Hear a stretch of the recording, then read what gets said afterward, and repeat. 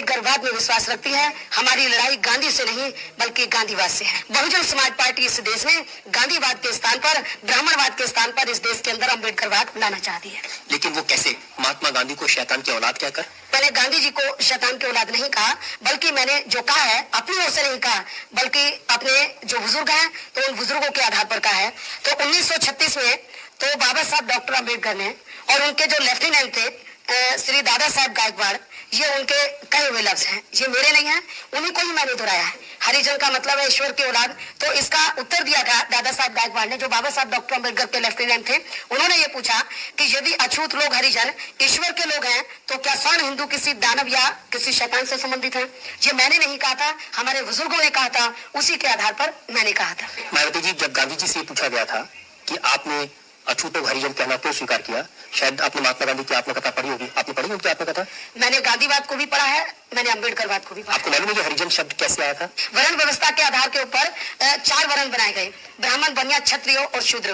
तो वर्ण व्यवस्था यदि खत्म हो जाती है तो गांधी जी ने सोचा फिर इन लोगों की अलग कैसे पहचान बनी रहे, इसलिए महात्मा गांधी ने हमारे लोगों को तो ये हरिजन नाम दिया ताकि इनकी अलग पहचान बनी रहे। यदि हरिजन अच्छा लग जाए और ये कहते हैं कि ईश्वर की औलाद है, तो मैं ये समझती हूँ कि जो दादा साहब गायकवाड़ ने कहा वो सही कहा है। और यदि ये अच्छा लग जाए तो गांधी जी के मुताबिक क्या दूसरे स्वर्ण जो समाज के लोग थे तो क्या वो ईश्वर के लोग नहीं है? और हरिजन में अच्छा लगता तो गांधी जी ने अपने नाम के आगे क्यों नहीं लगाया था, या उनके चेलों ने अपने नाम के आगे क्यों नहीं लगाया था? बल्कि गांधी जी वर्ण व्यवस्था में विश्वास रखते थे। हमारे लोगों की अलग पहचान बनाने के लिए उन्होंने समाज को 2 हिस्सों में बांटा, एक हरिजन और दूसरा दुर्जन। उसके हिसाब से तो दूसरा दुर्जन ही हो गया ऐसा। और गांधी जी कहते थे मैं हरिजन हूँ।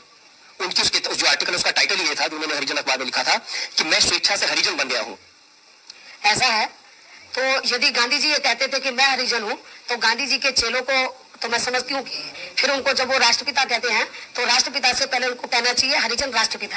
गांधी जी तो इसके लिए तैयार थे। गांधी जी ने ये कहा, गांधी जी के चेले गांधी जी की बात क्यों नहीं मानते थे? लेकिन इसके लिए आप गांधी जी को क्रिटिसाइज ना करें ना। गांधी जी के चेलों को जिस इतिहास की आप बात कर रहे हैं ये इतिहास तोड़ मरोड़ के लिखा गया है, गांधी जी की छवि को अच्छा बनाकर इसको लिखा गया है, ये बिल्कुल गलत है। और एक बाबा साहब डॉक्टर अम्बेडकर ने देश का संविधान बनाया है। जब वो संविधान बना रहे थे, यदि उनको ये लगता कि ये लफ्ज अच्छा है तो बाबा साहब डॉक्टर अम्बेडकर भारत के संविधान में हरिजन लफ्ज क्यों उनको इस्तेमाल करना चाहिए था? उन्होंने क्यों नहीं किया था? इतिहास गलत नहीं है। ये महात्मा गांधी से एक सवाल पूछा गया था, एक पत्र में एक सवर्ण हिंदू ने लिखा कि आप इनको हरिजन क्यों कहते हैं। उसके जवाब में महात्मा गांधी ने अपने पत्र हरिजन में एक लेख लिखा। ये लेख है, ये इतिहास नहीं है। और उस लेख में वो लिखते हैं मैंने सवर्ण हिंदुओं और हरिजनों के बीच का भेद मिटाने के लिए यह उपाय सुझाया है, और वो ये है कि सवर्ण हिंदू अपने को अस्पृश्यता से मुक्त करने और स्वयं हरिजन बनने के लिए आत्मशुद्धि का यज्ञ करें। ऐसा है।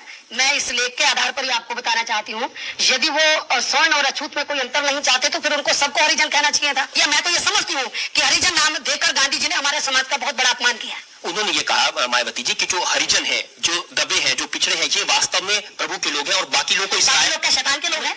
इसका मतलब महात्मा गांधी ने हमको ईश्वर की औलाद कहा है, बाकी स्वर्ण हिंदुओं को शैतान की औलाद कहा है उन्होंने। अब ये तो फिर स्वर्ण हिंदुओं को सोचना चाहिए।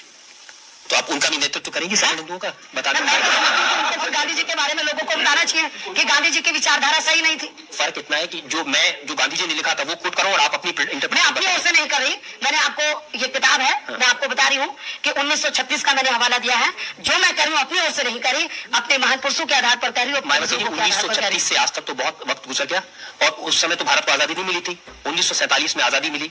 आज पूरा हिंदुस्तान गांधी जी को एक पुरुष नहीं मानता, उनको एक संत नहीं मानता, बल्कि वो एक फिलॉसफी है, वो एक थ्योरी है, वो एक वे ऑफ लाइफ है। उस गांधीज्म को गाली देना, लोगों की भावनाओं को ठेस पहुंचाना, ये अच्छी बात है? मैं समझती हूँ कि यदि समय बदला है तो गांधी जी के चेलों को भी बदलना चाहिए। अब दलितों के दिल में से गांधी जी का प्रभाव क्यों हटाना चाहती है? ऐसा है। गांधी जी यदि दलितों के हित के बारे में सोचते या दलितों के हितैषी होते तो बाबा साहब डॉक्टर अम्बेडकर को या और महान पुरुषों को इतना